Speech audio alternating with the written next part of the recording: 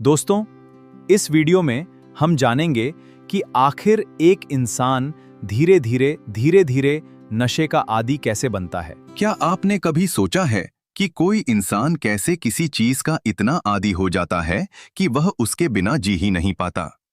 यह सिर्फ कमजोर इच्छा शक्ति की बात नहीं है, बल्कि यह हमारे दिमाग के काम करने के तरीके से जुड़ा एक जटिल मामला है। आइए एक कहानी से समझते हैं। कल्पना कीजिए, एक लड़का है, राहुल।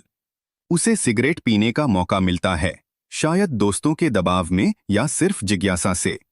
पहली बार उसे शायद कुछ खास महसूस नहीं होता, या हो सकता है थोड़ा सा अच्छा लगे।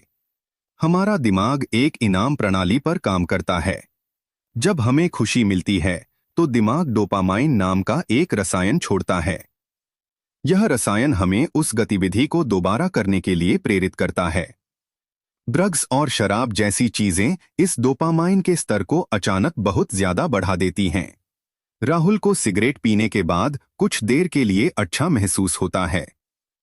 उसका दिमाग इस अच्छे एहसास को उस सिगरेट से जोड़ देता है। अब जब वह तनाव में होता है या बोर होता है तो उसका दिमाग उसे सिगरेट पीने के लिए प्रेरित करता है, क्योंकि उसे याद है कि इससे अच्छा महसूस हुआ था। जैसे जैसे राहुल सिगरेट ज्यादा पीने लगता है, उसका दिमाग बदलता जाता है। इसे टॉलरेंस कहते हैं। पहले जितना अच्छा महसूस करने के लिए उसे अब और ज्यादा सिगरेट की जरूरत पड़ती है।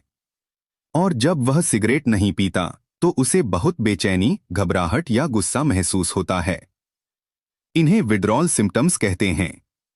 उसका दिमाग लगातार सिगरेट मांगता है, जिसे क्रेविंग कहते हैं। यह क्रेविंग इतनी मजबूत हो सकती है कि राहुल अपनी नौकरी, परिवार या सेहत की भी परवाह नहीं करता। उसका पूरा ध्यान सिर्फ सिगरेट पीने पर केंद्रित हो जाता है। लत सिर्फ ड्रग्स तक सीमित नहीं है, यह शराब, जुआ या यहाँ तक कि वीडियो गेम्स की भी हो सकती है। ये सभी हमारे दिमाग के इनाम प्रणाली को प्रभावित करते हैं।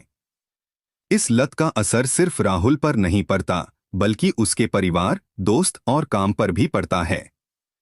वह अपनी जिम्मेदारियां भूलने लगता है, रिश्तों में दरार आने लगती है। लेकिन यह याद रखना जरूरी है कि लत एक बीमारी है, कोई नैतिक विफलता नहीं। और बीमारियों की तरह इसका भी इलाज संभव है। अगर आप या आपका कोई जानने वाला ऐसी स्थिति से गुजर रहा है, तो मदद मांगना सबसे पहला और सबसे महत्वपूर्ण कदम है। डॉक्टर, थेरेपिस्ट या सपोर्ट ग्रुप्स से बात करना बहुत फायदेमंद हो सकता है। सही मदद और सपोर्ट से लत को हराया जा सकता है और एक स्वस्थ जीवन जिया जा सकता है। याद रखें, आप अकेले नहीं हैं।